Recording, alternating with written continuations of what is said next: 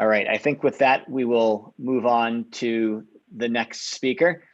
So Steve, good afternoon. Can you hear me? I can. All right.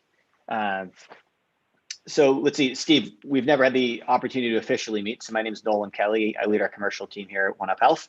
And I know you caught the end of Alexandra's presentation there. So thank you as well for taking some time out of your busy schedule to meet with everyone who's participating today in the virtual health conference.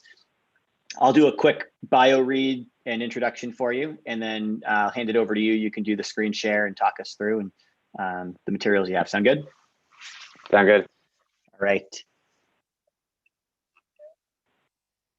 Okay, thank you. So Steve Posnack serves as Deputy National Coordinator for Health Information Technology.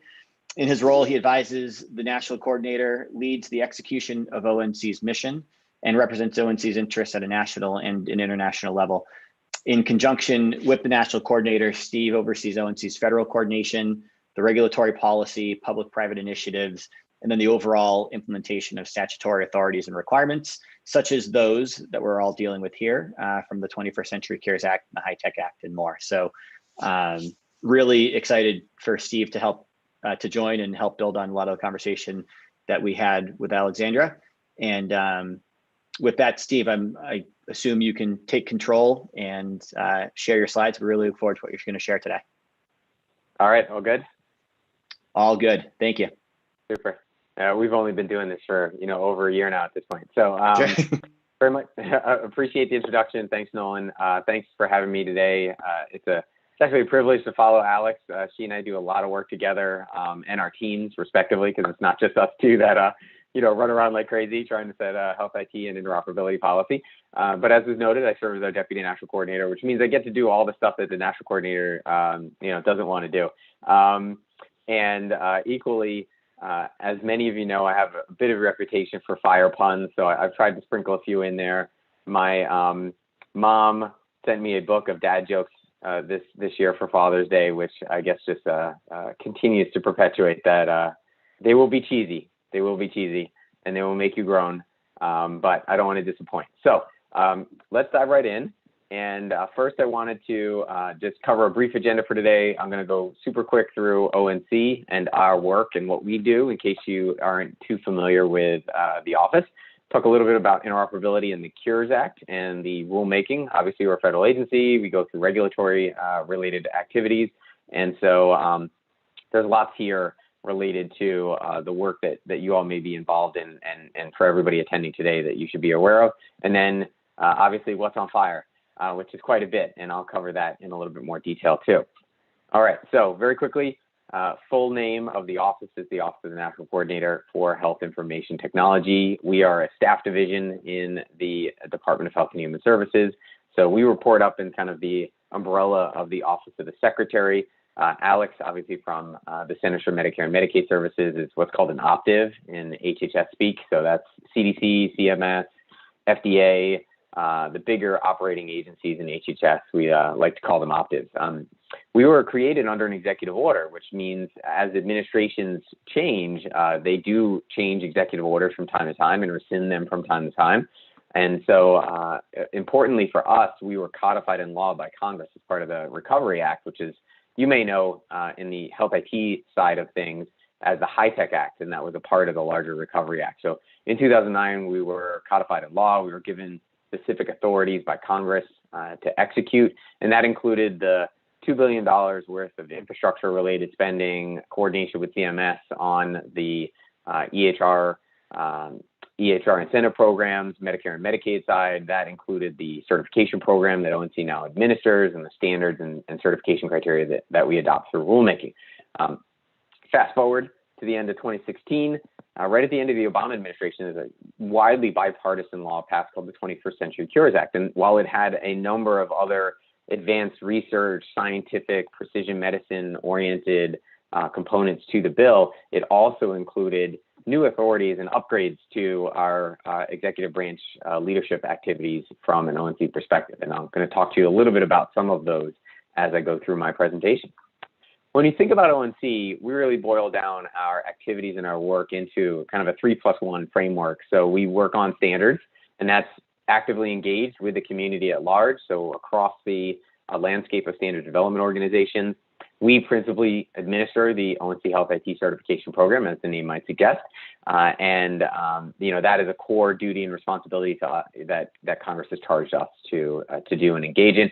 And then the third area of activity for us is around health information exchange, and so that's working at the local, state, federal level. It's working across national networks, regional networks, different jurisdictions, all the way down to that N of 1, where you as an individual are seeking to get access to your information. That's an exchange that we also facilitate work and do work around from a health IT standard certification, and in certain cases policy related activities as well. Then the other magic power that we have, as our middle name suggests, is that we do coordination. So there's lots of work that we do across the executive branch in terms of federal coordination. I'll talk a little bit more about that with respect to our work on FHIR. And then equally, certainly the past year has been an area where we have engaged with state and public health and the public at large related to the COVID response, doing some data detective work, figuring out where standards aren't necessarily meeting all the business needs, and then bringing that feedback back into the communities that they may be appropriate. And so all of that is really for us toward two specific objectives: advancing the use of health IT capabilities and establish expectations for data sharing. And so again, those are implemented across a wide range of policies, programs, and other activities in which we engage. So a few things that I wanted to call out here. I normally kind of save this slide for the end of and here's a bunch of other stuff that you may want to know.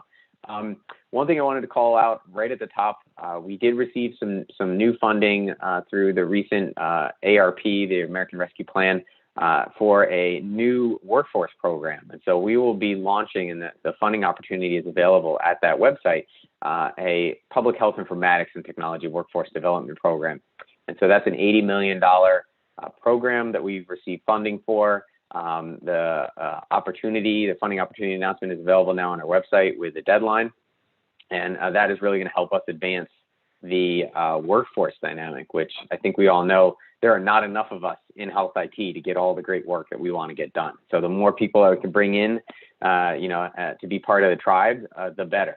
The next thing I wanted to highlight here is that as we start this decade and as we're kind of emerging out and looking across the horizon, certainly there are regulatory milestones, compliance dates, and other things that are more near term in focus.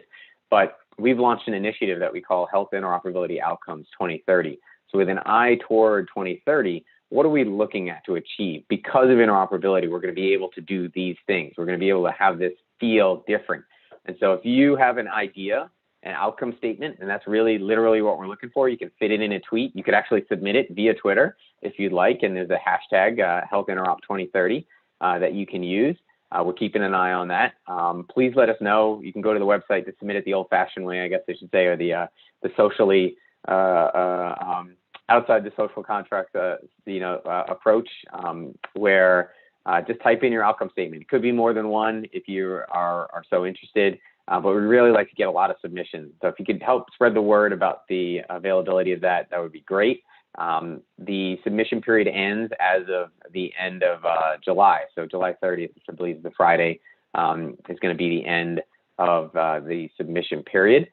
Also, just for your awareness, there are a number of executive orders that came out from the president right at the beginning of this administration. And one of them that we're focused on right now with our colleagues at CDC is around a data-driven response to the pandemic and future high-consequence public health threats. And so we had a hearing recently among the Health IT Advisory Committee. That's our federal advisory committee. You can go back and look at the proceedings for the meeting if you're interested in that space.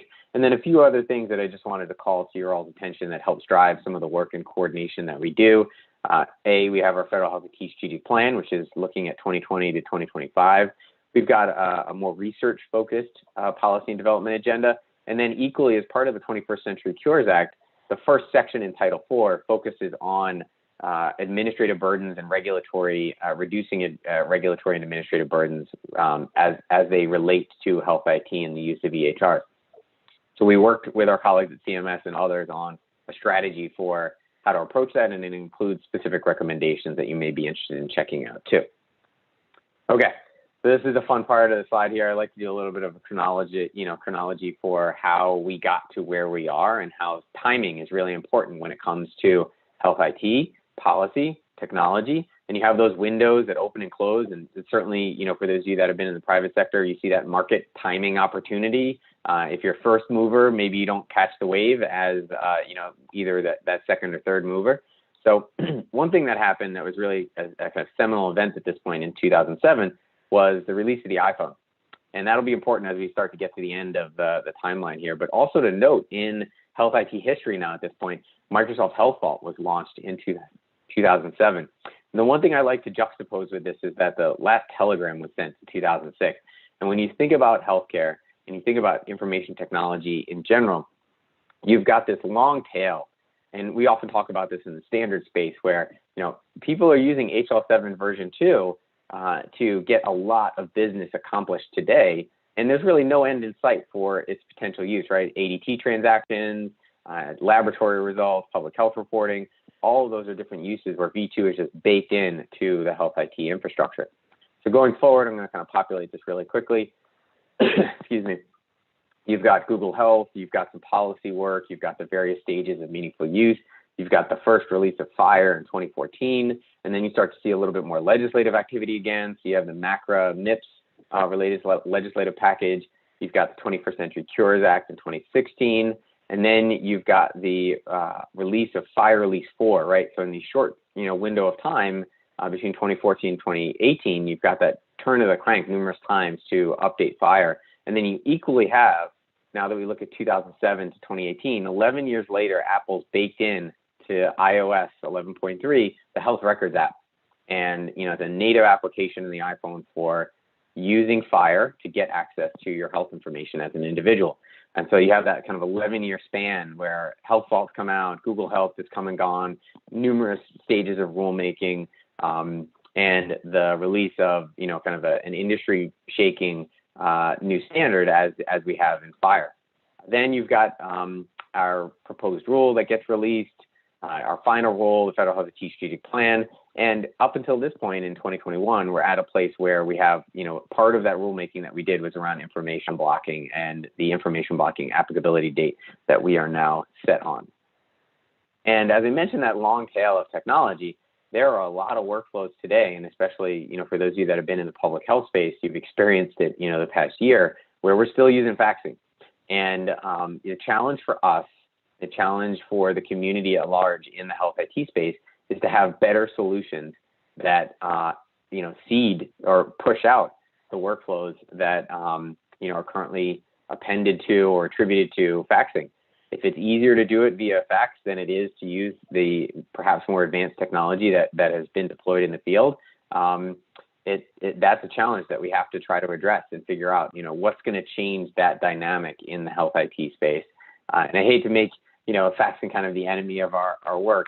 It's certainly simple in terms of using that as a quote unquote antiquated technology from a lot of people's perspectives and how that relates to healthcare. But we've got lots of work to do, and I think that gives us, one of those things where when we start to see changes in faxing behavior, that will mean that the other solutions that we've put into place as a market, as an industry, the apps that are being developed for clinical users, the apps that are being developed for individuals and citizens at large, those are going to make a difference in our overall technical kind of ecosystem and deployed infrastructure. Okay, so very quickly, I want to make sure that everyone has a good understanding of the Cures Act final rule. I'm going to have a little bit of a focus on some of the FHIR related dimensions that we've included in it as well. One thing to know, the Title IV, as I mentioned, of the 21st Century Cures Act includes two main sections, two main provisions. One is the conditions of maintenance of certification. We often say them separately. And that is only applicable to health IT developers that go through the ONC certification program. So if you're kind of outside that scope or space, still pay attention to those, because there actually are some benefits that you may gain out of the new regulations that are applicable to those health IT developers. The second is related to information blocking, and I'll peel peel the layers back on that one. The important thing to keep in mind here is that this is new regulatory authority and new scope for information blocking for ONC, and information blocking is a new body of law. So brand new. I know, the law was passed several years ago now, and we've gone through the implementation of the regulatory process. But when it comes to the rubber hitting the road, we are in that place now, and fully accepting all feedback, questions, et cetera, through healthit.gov. And I'll give you some resources to get to that in a little bit. One thing also to call to your attention that was adopted as part of that rulemaking is something called the United States Core Data for Interoperability. So that includes all this data here. And really where you see the US CDI come to life is through two particular areas of our certification program. So when it comes to the transitions of care certification requirements, the US CDI is required as the data that would need to be included as part of that payload. And so for transitions of care, we have a requirement that the consolidated CDA, the Summary Care Record Standard, is used for the purposes of certification. And so all this data would need to be, packaged in and included within that for the purposes of compliance with that certification criterion. As we shift over to the API certification criteria that we have, we adopted a new certification criterion as part of our CURES rulemaking that is a secure standards-based API certification requirement, and that includes a reference to FHIR Release 4, Smart App Launch Framework, and a bunch of the other technical specifications that kind of wrap around that altogether. But that includes a reference to the US FHIR Core implementation guide and the profiles that would be included therein that reference these data elements in the respective profiles. And so one of the things that you can expect going forward into the next year is going to be greater support for all these data that are included within the US CDI, as we refer to it in acronym speak. Really in a nutshell, super quick for the conditions of certification, you have a number of these conditions of certification that apply, again, to health IT developers that go through ONC's certification program. There is one in specific on application programming interfaces. And so if you think about all the work that Congress does and the level of detail that they get to, it's kind of unique and impressive that they included an API-specific requirement in legislation. And I don't think we would have seen that, 10, 15 years ago with respect to healthcare. But, here we are. We've got that great opportunity to make the most out of, what we've been given from an authority perspective from Congress. And I'll talk to you a little bit more about how we actually implemented that in the regulation. There are other conditions of certification, as I mentioned. So the communications one listed third there, and I'd encourage you to check that one out. That has to do with a number of communications that health IT developers are no longer allowed to prohibit their customers or others from making certain types of communications. And so to say it in a more positive way, healthcare providers, third-party developers, patients, et cetera, are allowed to make certain communications about health IT products that they perhaps may have felt uncomfortable doing in the past, and they now are, as a result of our rule, able to make those communications. Developers can only limit those types of communications in certain situations. And then equally, if you get down to number 5 there, real-world testing. So this is one thing that Congress heard leading up to the legislation, and then subsequently as we implemented the rules, that we wanted to have more transparency and more information about the real-world performance of certified health IT as it's deployed in the field. And so we have certain requirements that health IT developers need to meet now with respect to testing their products in the real world and reporting on that information on an annual basis. So I know this one is a little bit information dense, but wanted to fit all these things on a takeaway slide for you. The 5 fast facts, as I call them, about information blocking. This came out of the law. And so the important thing to keep in mind is Congress defined information blocking. It's a phrase, it has meaning. Congress put specific parameters around it. And then Congress applied the overall compliance paradigm to 3 different types of participants in healthcare. You can see them there in those bullets. The other thing that makes this law unique is that Congress made the law about the data. And that is specific, as we describe it, as quote unquote electronic health information. And so the law doesn't distinguish, it's agnostic, to use kind of that technical jargon here. It's agnostic to whether or not the health IT is ONC certified or not when it comes to electronic health information. And so you may have electronic health information in an ONC certified health IT, EHR typical system, but you may also have electronic health information in other systems that may be part of one's kind of enterprise or overall information architecture. And in those cases, that electronic health information is still covered by the information blocking law. And so, bottom line there, no matter what technology is used, information blocking would still apply if electronic health information is in scope. The important part of the rule that we put out has to do with the requirements that ONC was given through Congress to clarify the rule's applicability. So we established certain definitions, certain dates for compliance in order to phase out the implementation of the rulemaking. And we also established these things that are called exceptions. And so just like with any other, professional experience, you have the general rule, which is you should share information. And if you can't, then you need a particular exception relative to your ability to continue to comply with the law, with the rules, and their implementation aspects. And so in this case, with respect to information blocking, we've adopted a number of different exceptions, really two categories, as I say them colloquially. There are certain exceptions where you just can't share the information full stop. And so the easiest one that I usually pick is you have a system downtime event or some cybersecurity related event, and you have to kind of cut off access to sharing information for a period of time in order to kind of get situated and figure out what's going on. If someone were to request electronic health information at that particular time and they didn't get it, they would potentially be able to point the finger and say, oh, hey, Steve's information blocking. That type of exception that we have in place would allow someone to, avoid the consequences of information blocking, even though that event could have occurred. There would have been an applicable exception for them to meet, and they wouldn't have to worry about any potential oversight or enforcement associated with the information blocking statute. The other thing to mention here is that the oversight and enforcement, as was constructed by Congress, largely falls onto our colleagues at the HHS Office of the Inspector General. And so they're the ones that would be imposing civil monetary penalties of up to $1 million per violation on developers of certified health IT and health information network / health information exchanges.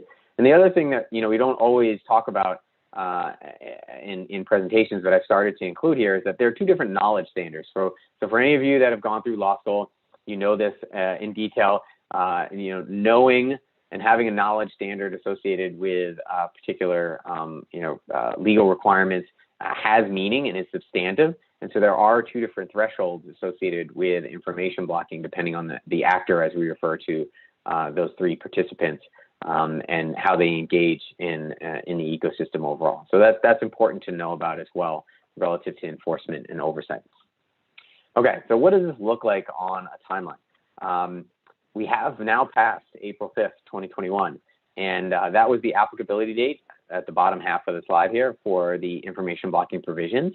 So all those covered actors are expected to begin to comply with the information blocking paradigm as a whole. But the important point here to make everyone aware of is that the scope of data that's subject to or within the scope of information blocking compliance today, up until October 6th of next year, is just the US CDI. So those data elements that I showed you up there are what are in scope for the purposes of information blocking. If it's outside the scope of that data, I would definitely encourage everyone to continue to behave, operate, and comply with the information blocking provisions as they stand. But the overall scope is just limited to US CDI at this point. As you look at the certification program updates, the one thing I would call to your attention there, which is the end of 2022, is that the new FHIR-based APIs need to be rolled out to the community at large. And that's an obligation and a compliance deadline for health IT developers relative, and a bunch of other certification criteria that have updates associated with them. And so I call these comply by dates because it's very possible that if you have a health IT developer that is, just gung-ho, they've developed all of their FHIR Release 4 updates, and they could be rolling out their updates to customers at any time between now and December 31st of 2022. And so they may come into full compliance by, the summer of next year, and that would be great. They do have this deadline by the end of 2022, but you will start to see, especially in 2022, a gradual increase in overall support for the new certified API requirements. Okay, if you need any resources, healthit.gov/cures rule is the place to go right now. fact sheets, webinars, blog posts, all sorts of other information. If you're interested in information blocking specific nuances, we have an FAQs page now that covers a wide range of topics and frequently asked questions. That gets updated on a periodic basis as well. So I definitely encourage you to check that out. Keeping track of time. All right, still good. So what's on FHIR? First bad pun. With respect to ONC's work, and this is a deeper dive into our new certification criterion that we've included as part of our cures rulemaking, we adopted a new FHIR-based API certification criterion. It's read-focused only, and it does reference FHIR Release 4, U.S. core implementation guides, you know, the OAuth and OpenID related specs that are included in Smart App Launch. But the thing that I wanted to focus on here for your attention is it includes required support for an N of 1 type of API data exchange. And then, so that would be, you know, the usual situation where an individual is seeking access to their health information, or if you have a particular clinical app that may be just doing, you know, things on a patient-by-patient basis, as well as support for multiple patients' data. And so that one is covered by the bulk implementation guide that many of you may be familiar with. So the support that is required as part of this new API is both patient and clinical facing. And that's one thing I wanted to make everyone aware of. The API supports, you know, both sides of the house in terms of patient-facing and clinical usage apps. That's in contrast to, you know, 5-6 years ago, the first API certification criterion that we put out largely was tied to the meaningful use updates for the view, download, transmit to a third party, that kind of had that API added on as part of that. And that certification criterion was largely deployed into a patient-facing example. That's largely what the Argonaut project focused on as part of its first turn of the crank. And this time around, we want to be very clear that this API certification criterion that we have is in support of both clinical uses and patient-facing uses, as well as single patient in scope, you know, N of 1 and N, you know, greater than some large number. So keep all those things in mind in terms of potential uses and benefits associated with this new certified API criterion. The other thing I wanted to show, just from a general context and perspective, we've got in the center here, you know, the kind of yoke of my diagram here in the ill pictured blue and yellow here. We have our certification criterion, certification criteria here. The focus, as I mentioned before, for the data that would be accessible is the United States Core Data for Interoperability. And surrounding that, though, as I noted earlier in the conditions and maintenance of certification, we have a number of business practices and other organizational compliance responsibilities that we have now established for health IT developers, in particular relative to how they behave and associate with those certified API capabilities. And so there are things related to transparency and open documentation. There are conditions related to fees, which we know is a friction point. And so for certified APIs, there's a particular fees paradigm that we've laid out in the rulemaking to help make sure that there's the least amount of friction in those different types of market arrangements and the like. And then lastly, we have a set of subconditions around pro-competitiveness and openness. And so those actually apply and have direct benefit to healthcare providers who have the choice of how and what third parties they want to interact with without necessarily needing the permission of their certified health IT developer in order to do that. And so those are some things that we established as business practices that would be applied as part of the API condition of certification, and that ultimately translate into benefits for healthcare providers and third parties with whom they may want to partner with to interact and use the US CDI available data as those APIs become available. So, you know, one thing that's always helpful is to say, like, well, who's supporting FHIR and what does that look like in the market? And this is a stat that we put together sometime last year, but it still has, you know, some relevance. We are working on a turn of the crank on our data, you know, which we munged together with our colleagues at CMS. But this just gives you a sense of the 10 market leading EHRs. They all support FHIR, and then they're relevant kind of, I call it like attestation share, you know, for those clinicians and hospitals that participate in CMS programs. You know, we have that reported data in terms of the EHR technology that they use, and we're able to kind of make those linkages and look at, for all those health IT developers that are listed there, when they publish the technical documentation, are they referencing FHIR as their API related technology? And so that just gives you a sense, for mostly in the hospital space, you're going to be hard pressed to bump into a hospital that's not deploying FHIR APIs now at this point. Okay. So in terms of our other federal agencies catching fire or being fired up, we have a number, and this is just a sample. Just tried to quickly pull together a few of the places where I knew you might be interested. So, following the great presentation from Alex, CMS is totally on board with FHIR. There's a link to the page where they've got all of their guidance that really focuses on, FHIR-related deployment specifications, the applicability and compliance requirements associated with that. They also have a pilot project, if you're not familiar with it, that focuses on bulk FHIR, and that's the data at the point of care initiative. I would definitely encourage you to check that out. It's kind of a flip in the script on how the bulk FHIR related data is used in terms of payers providing bulk FHIR back down to providers, as opposed to providers, getting bulk data assembled and then providing it either, to a population analytics firm or, to a payer, and in that type of exchange. NIH, from a research perspective, has been super on board. They've got this as the first link there. They have a number of FHIR initiatives that they're working on, and some advanced, work that our colleague Clem McDonald is leading through NLM around FHIR, different FHIR-related activities associated with research.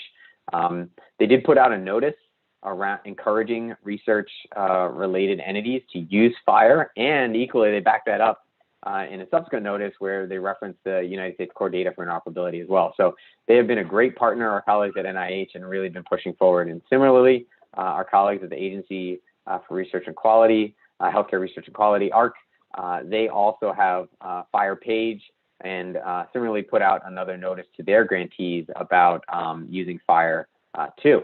So we're starting to see, and this is a new kind of coordination opportunity for ONC, the cumulative weight, the cumulative investment of different federal agencies and their work in FHIR. And certainly, DOD, VA, CDC, I should have put up here, in terms of their ECR now and case reporting activities, lots of other federal agency activity going on related to FHIR. So the feds are definitely fired up.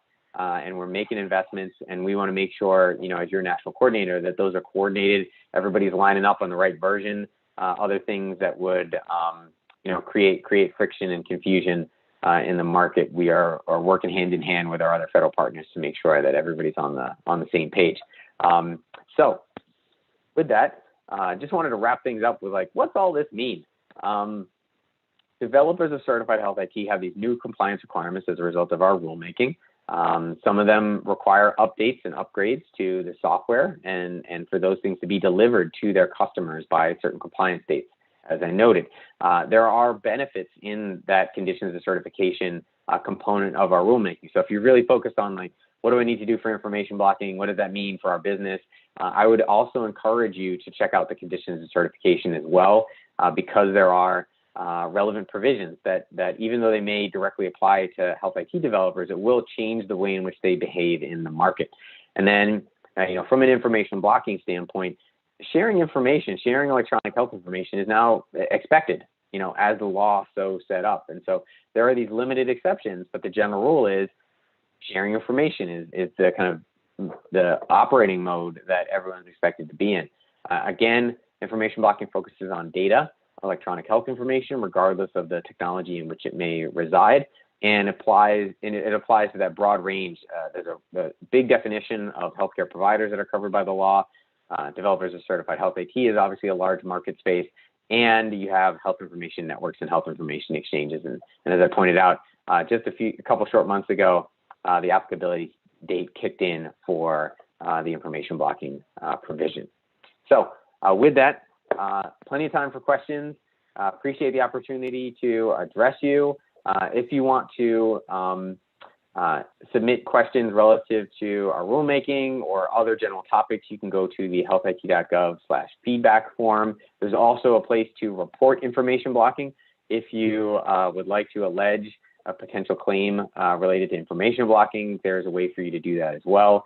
And those are things that we are going through now in terms of triaging and referring them to our colleagues at the HHS Office of the Inspector General as well. So with that, thanks for the time, Nolan.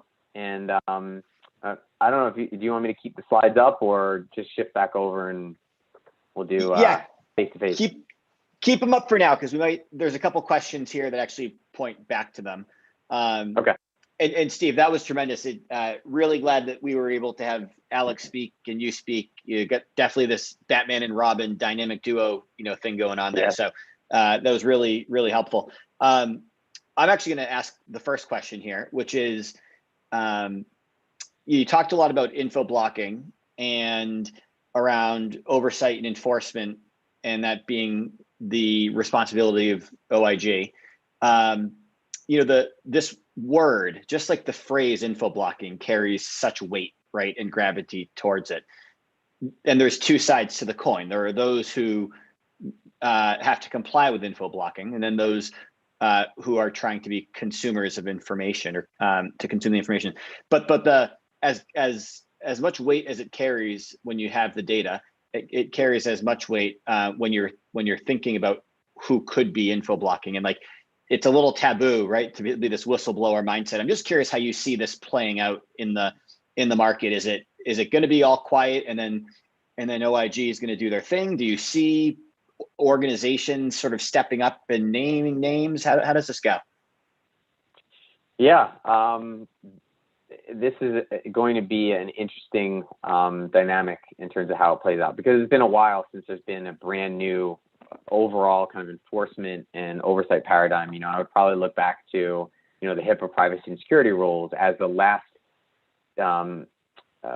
policy legal paradigm in healthcare that created kind of a new dynamic for all of the ecosystem to pay attention to. And so the HHS Office of the Inspector General, for those of you that don't follow, like the regulatory sites as often as we do, why would you, has put out as part of its regulatory forecast that it hopes to issue its final rule associated with its authorities to do civil monetary penalties later this fall.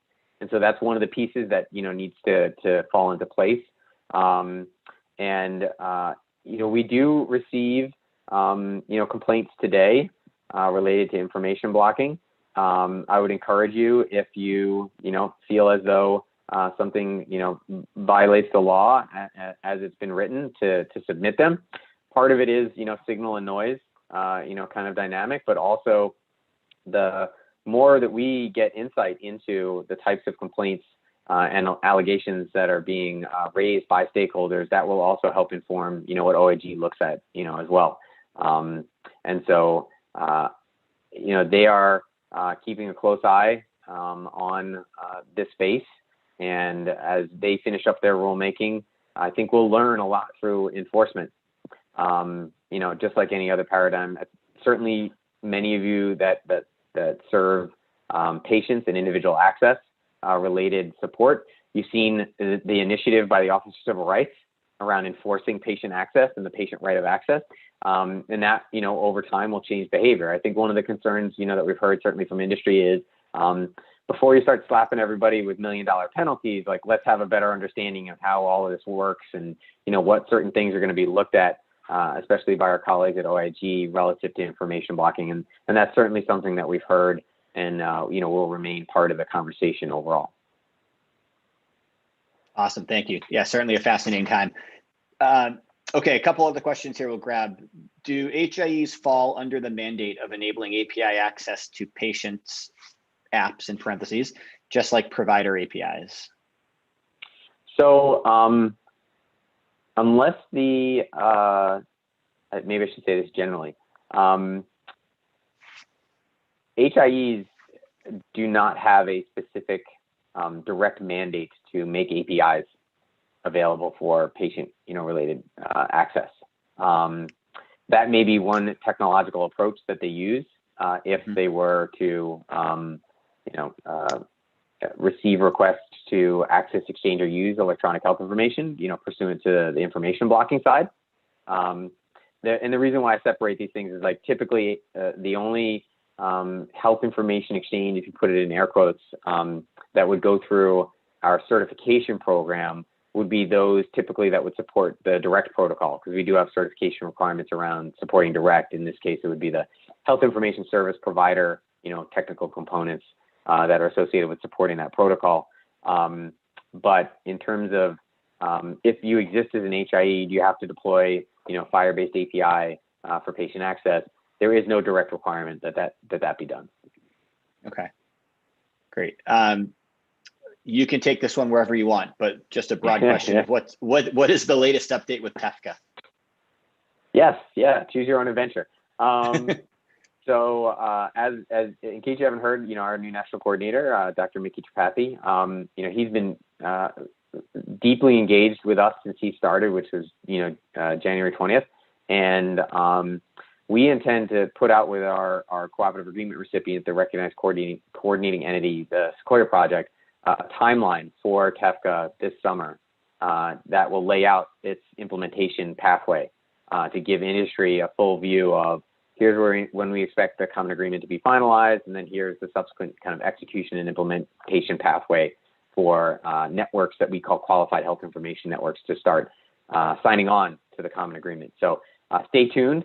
We often use words in kind of regulatory speak of like imminent or very soon. And I think it kind of falls into that category. So as soon as we, work out a few more details and alignment, make sure that Mickey is fully briefed on the scope and depth of TEFCA, we'll get that timeline out to everyone. Awesome, thank you. You might want to click back a couple slides because I think you addressed some of this, but the question here is what level of FHIR implementation are each of the listed EHRs actually supporting? If I remember your slides correctly, you have data from the end of 2019, right? Yeah. Although I guess to answer that question, perhaps the level of depth, for that slide and the data that we kind of crunched the numbers on, largely a lot of those deployments are going to be DSTU2, FHIR DSTU2, the Argonaut flavor. Some health IT developers have started to migrate. I'm not sure of all of their deployment, schedules toward FHIR Release 4 with the wraparound of, everything else that we've required. The updated implementation guide for the US FHIR core profiles, which are going to be Release 4 based. The Smart App Launch Framework, newest guide with the OpenID implementation support as well as the bulk implementation guide support too. And so all of those are aiming toward compliance by December of next year. Okay. How should organizations start to think about the info blocking rules that are kicking into effect? If that's the stick, and perhaps that's the feeling that it is, what is the carrot that organizations should start with, or how should they think about the carrot side of this?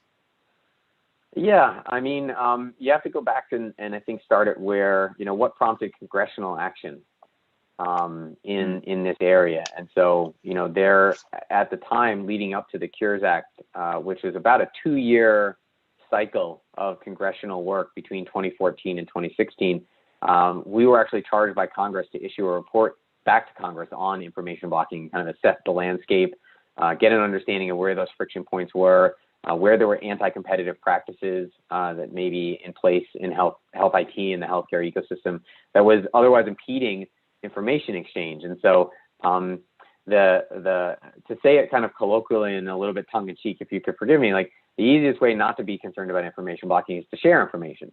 And so largely we've been trying to convey when you think about information blocking, it's really when you can't share information. Do you need to really more deeply think about information blocking, because we have those exceptions. And to say the whole thing as a phrase, there are the exceptions to the information blocking kind of enforcement paradigm. And so if you're sharing electronic health information, then you don't need to avail yourselves and kind of look at the exceptions that would be in existence. But in the case where you're unable to share information for a particular reason, or there are the other category of exceptions that we have, which generally govern the back and forth. So Nolan, if you and I were trying to negotiate, how you're going to make data available to me, there is an exception called content and manner that addresses the content of the electronic health information that would be in scope, as well as the manner by which you would make that available to me. And so we have in that exception, which I think is really important to point out, we first allow for the market to negotiate. And so if two market actors, Nolan and I, come to agreement on how he's going to share the information with me, and I'm accepting of the particular costs that he wants to charge me to make that available, then we can do it and just move on. And so long as Nolan follows kind of that paradigm, then the content and manner exception would generally be met. If I'm unaccepting of, for lack of better English, he wants to charge me $10 million to get access to this data element, I'm like, nah, that's not going to happen. Then we move into what's called the alternative manner kind of step through in that exception, where it first starts with, if Nolan has certified health IT and I can use that, to get the data that I was requesting, then that would be, your obligation to make that data available. It starts to move down into, use standards development organization, ANSI accredited standards organization standards, all the way down to, machine readable format. So ultimately, the pathway and the approach for the information blocking, provision in this case is to enable health information to be shared. That's the outcome that we're looking for in all cases, that ultimately electronic health information, moves from point A to point B. Great.